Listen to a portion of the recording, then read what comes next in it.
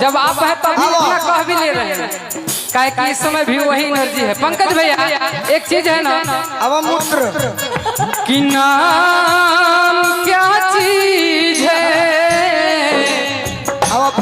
इज्जत क्या है, सोने चांदी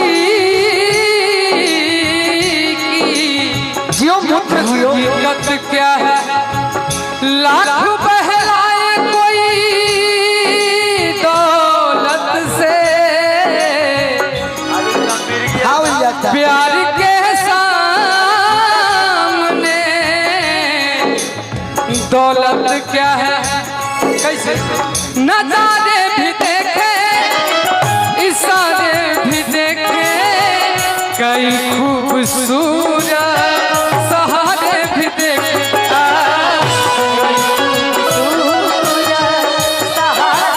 अनुपमा हलचल भैया और पंकज भैया, बोलू भैया एक सेकेंड, बोलू भैया सुना, हलचल भैया एक गाना लिखे हैं और इनके लिए लिखे हैं, तेरी झलक पाने के लिए मैं तेरी गली में आता हूँ, तेरी झलक पाने के लिए मैं तेरी गली में आता हूँ, तू ना दिखे तो सच कहता हूँ, तू ना दिखे तो सच कहता हूँ, बन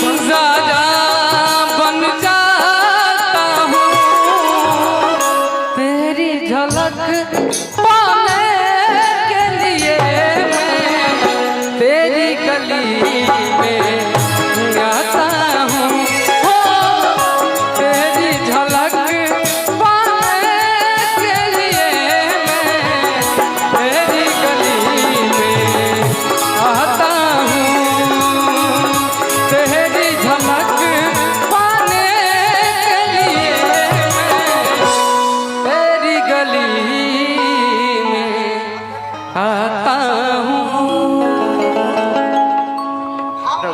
दोनों भाई में कैसे तरह बर्दाश्त होता हो, अब बर्दाश्त करना अहिर के खून कैसे तरह रोकाता हो, क्या करें जब से ये भाई हो गया है। इनके बात छोड़ दे, इनके बात छोड़ दे।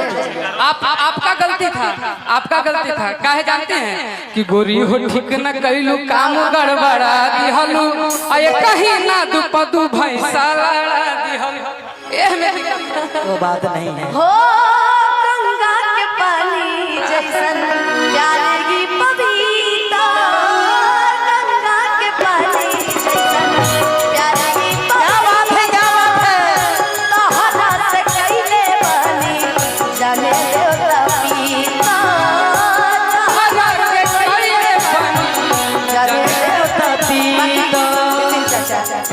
इनकर इतना उम्र हो गई बा, अरे मैरिज के मनावे की उम्र में बर्थडे मनावे, तो से पहले दिल में हमारा सुना आइल चाहे कायल दादा कल है परसों के कायल रहे, मिला कैला ऐसे विश्व भायल रहे, प्यार कल परसों के भायल रहे, भुला कैला कैसे भायल रहे, गोरिया चांद के अजोरिया नियन गोर बारू हो, गोरिया चांद के अजोरिया नियन गोर बारू हो, तहर जोर केहू नहीं है बेजोर बारू हो, तहर जोर केहू नहीं है बेजोर बारू हो।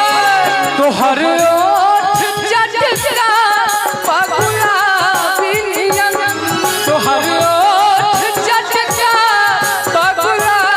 हेलो हेलो, मैं कब से इस बात को सुन रही हूँ निर्मला जी इस बात को आपने बड़ी अच्छा से निभाया गोरिया चांद के अंजोरिया, लेकिन शायद कभी भी सपने में आपकी शादी हुई होगी तो मेरे जैसी सखी आपसे पूछती होगी, तो आप अपने हस्बैंड के बारे में कहते होंगे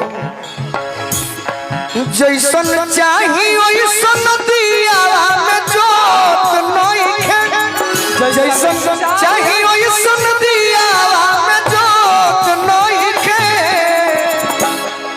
निर्मला जी को हतरी कि हमारा राजा जी से सखी लइका होत नइखे, हमारा राजा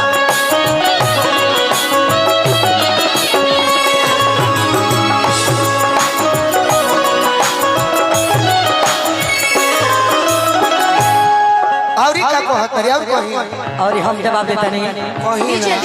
जवन बात तवर को सही बात बनू, सही बात बनू, सही बात। जवन बात तवर को हम बुझाता करे, जवन बात हम बुझाता नहीं रहुआ सेक्स सतावता। जवन बात तवर को मैं गोर का करे, आइए ना हम लोग डांस करें। दिया ना मुँह जोर का करे, जवन दिया ना मुँह जोर का करे। ए गोलू भैया भैया हाँ भैया हाय हाय वो आगवा एक जना रोवा के नहीं, आपके लिए इन्होंने क्या गाया कि हमारा राजा जी से सखी लड़का होत नहीं थे, यही ना आप मतलब बता रहे थे ना कि तनिको कमरिया में बाल नहीं थे, तनिको कमरिया में बाल नहीं थे, कैसे बताई बात सखिया रे पिया बात नहीं थे, कैसे बताई बात सखिया पिया बात लेकिन भैया हलचल भैया सबके लिए हो गया, सबके लिए, लेकिन ये हमारे जो पंकज भैया हैं दिल के बहुत धनी हैं। हो झारस जब बाल सैया लागे कमाल सैया जी, लागस कहाँ जब बाल सैया जी ना झारस देवाल सैया जी। फानस दे बाल सैया। हाँ सुना हाय ला आई अभी ए हिट के सुना अभी कहता कि अपना जब के वो गीत गाओ। अच्छा अच्छा इनका परिचय बता दी तारा लोग के। इनका ई व्यास राजू यादव हमें अच्छा आई हृदय भैया इनका एड्रेस लिख के देले रहने कि तू 3 दिन पहले तू पहुंच जाओ जीत हल चल के हम आई बोई जे भेंट होई या ओई जे खेसारी लाल से तरह के भेंट करावल जाए। आई जितना बढ़िया रोल क देता रे धरती पर के रोल ना कर खेसारी भाई के देख के कितना ही बिजुअल रोवत रहले है।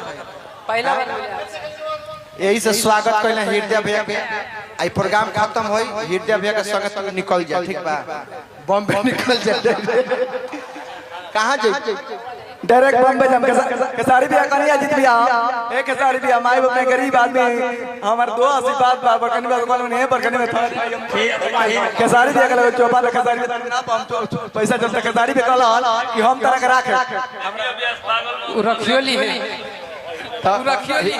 हृदय भैया के संग तू निकल जी बनू, तू जा अभी से जा चल ना फिर अब एगो फिर मेरी की आगल बबू आवा है अनुपमा आवा है ना सुना ना तू ना सॉरी ना भगल है। हाँ गा